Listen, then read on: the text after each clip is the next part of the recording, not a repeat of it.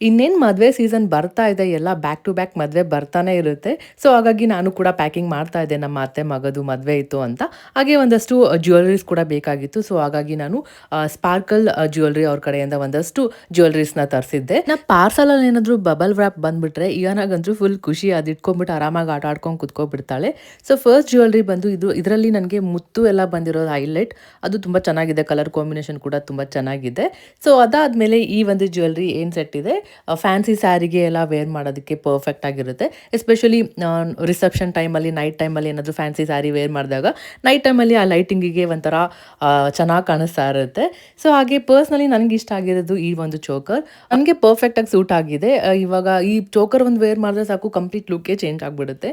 ಇನ್ನು ಗ್ರ್ಯಾಂಡಾಗಿ ಬೇಕು ಅಂತ ನೋಡ್ತಾ ಇದ್ದರೆ ಈ ಒಂದು ಜ್ಯುವೆಲರಿ ಸೆಲೆಕ್ಟ್ ಮಾಡ್ಕೋಬೋದು. ಅಲ್ಲಿ ಲಕ್ಷ್ಮಿ ಮತ್ತು ಮುತ್ತು ಎಲ್ಲ ಬಂದಿರೋದು ಟ್ರೆಡಿಷ್ನಲ್ ಆಗಿ ಸಖತ್ತಾಗಿರುತ್ತೆ.